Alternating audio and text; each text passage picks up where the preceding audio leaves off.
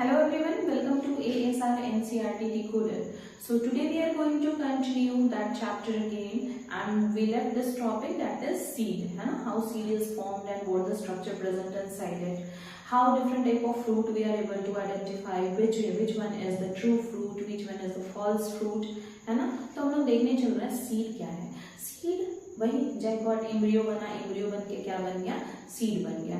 और सीड के स्ट्रक्चर को हम लोग देखे थे, क्या देखे थे, ये हमारा ओवरी है, ओव्यूल है, फिर ये जब हमारा फ्रूट था, ये हमारा फ्रूट है तो fruit wall, ovary wall, ovary बन गया फ्रूट, फिर ovule wall, seed wall, seed बन गया, ये ओवरी बन गया सीड। देखिए ये क्या हो गया आपका ओव्यूल, ये क्या है सीड, ओव्यूल सीड बदल गया, ओव्यूल का वॉल सीड का वॉल, ओवरी फ्रूट बन गया, ओवरी का वॉल फ्रूट का wall, ovary wall fruit wall. ये तो हम लोग पढ़ लिए थे पहले वीडियो में ही कि क्या फॉर्मेशन हो रहा है।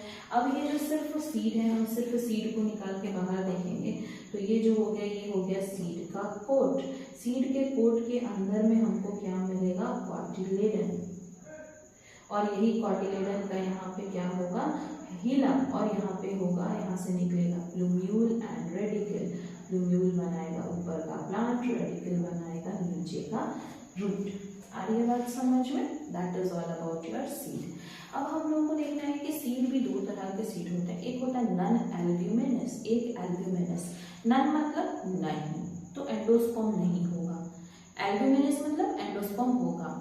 अब बोलोगे कि मैम अभी आप बता रही थी एंडोस्पर्म और जाइगोट दोनों होते हैं, फिर कह रही है एंडोस्पर्म नहीं होता है।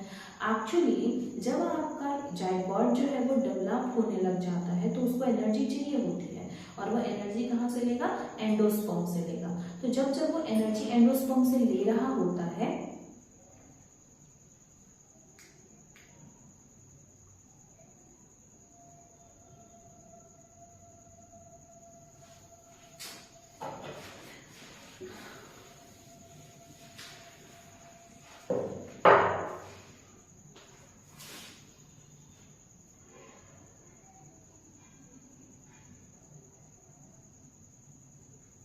Hello everyone, welcome to ASR NCERT Decoded. So today we are going to continue the previous topic, that is all about the reproduction. So fertilization we know what is it, after that seed is formed, है ना। तो seed form होता है, वो कैसे होता है, हम लोग प्रीवियस वीडियो में क्या देखे थे कि ये हमारा ओवरी है और ये ओव्यूल है, वैसे ही ये हमारा फ्रूट है और ये उसका सीड है। तो ये क्या है, ये है आपका ओवरी, क्या में चेंज हो गया, फ्रूट में। आगे बात समझ में? नेक्स्ट देखिए, ये क्या हो गया, ओवरी का वॉल, ये किस में चेंज हो गया, फ्रूट के वॉल में। अब ये क्या है आपका ओव्यूल, ये क्या बन गया, सीड, ओव्यूल का वॉल क्या बन गया, सीड का वॉल, सीड कोट भी बोल सकते हो, सीड वॉल या सीड कोट। अब जब इस सिर्फ सीड को, आम को हटाओगे, सिर्फ सीड को निकालोगे तो क्या मिलेगा, सीड कोट और उसके अंदर का कॉटिलेडन। यहाँ से निकलेगा रेडिकल जो बनाएगा रूट, और प्लूम्यूल जो बनाएगा शूट। इस तरह से मॉडिफिकेशन होता है, फिर जर्मिनेशन हुआ और फिर नया प्लांट बन जाता है। ठीक है। अब सीड में आपको दो अलग अलग तरह की सीड पढ़नी है। कौन कौन, albuminous, non albuminous. Non albuminous, non मतलब नहीं, मतलब एंडोस्पर्म नहीं है, एल्ब्यूमिनस मतलब एंडोस्पर्म है। अब बोलोगे मैम अभी बताई थी कि एंडोस्पर्म होता है और जाइगोट होता है, बाकी सारे चीज डिजनरेट कर जाते हैं, फिर कह रही है एंडोस्पर्म नहीं है। एक्चुअली जब आपका जाइगोट बन रहा होता है, जाइगोट तो मतलब कि जस्ट आफ्टर फर्टिलाइजेशन के बाद वाला इवेंट, ठीक है, जाइगोट बना, उसके बाद वो डेवलप होता है, तब तो सीड बनता है ना। तो वो डेवलपिंग पीरियड में एंडोस्पर्म को यूज करता है, एनर्जी चाहिए होगी, खाना चाहिए होगा तो वो खाना खा लेता है। अब उसके पास कोई लेफ्ट फूड नहीं है, लेफ्ट ओवर फूड अब नहीं है, बचा हुआ खाना नहीं है, तो वो क्या हो जाएगा, नन एल्ब्यूमिनस सीड। जैसे आप पी में देखे होंगे, मटर में, चना में, जब ऊपर का छिलका हटाते हो तो दैट इज द कोट, उसके अंदर में होना चाहिए था एंडोस्पर्म, लेकिन एंडोस्पर्म नहीं है, जस्ट उसके बाद क्या है, कॉटिलेडन। मतलब कि जब कॉटिलेडन डेवलपमेंट हो रहा था तो सारे के सारे एंडोस्पर्म को उसने इस्तेमाल कर लिया। आगे बात समझ में। नॉन एल्ब्यूमिनस, एल्ब्यूमिनस में क्या होगा, एंडोस्पर्म होगा। जैसे आप देखे होंगे आपका जो मेज का सीड है, मेज के सीड में यहाँ तो आपका होता है ये स्क्यूटेलम, लेकिन ये जो लेयर एम्ब्रियोनिक लेयर जो है यहाँ पे प्रोटीन अवेलेबल होता है एंड सारा का सारा कंटेंट। तो कहने का मतलब इनके पास बचा हुआ एंडोस्पर्म है, ये क्या कहलाएंगे, एल्ब्यूमिनस सीड। आगे बात समझ में, एल्ब्यूमिनस सीड। चलिए अब आगे देखते हैं।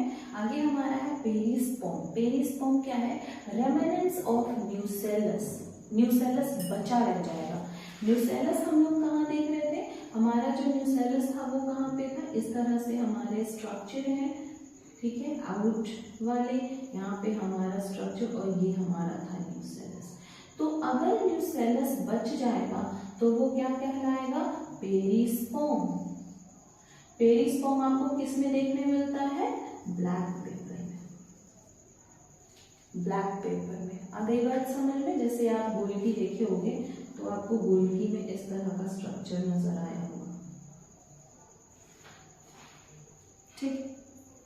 चलिए आगे देखते हैं। अब क्या बताता है, डोरमेंसी। डोरमेंसी मतलब हिंदी में इसको बोलते हैं सुप्तावस्था, मतलब सोने वाला अवस्था, ठीक है। सीड हमारा सोया हुआ है, अब वो नहीं जागेगा, अभी वो जर्मिनेट नहीं करेगा। तो डोरमेंसी सीड का वो स्टेज है जब वो जर्मिनेट नहीं कर रहा है, ठीक है।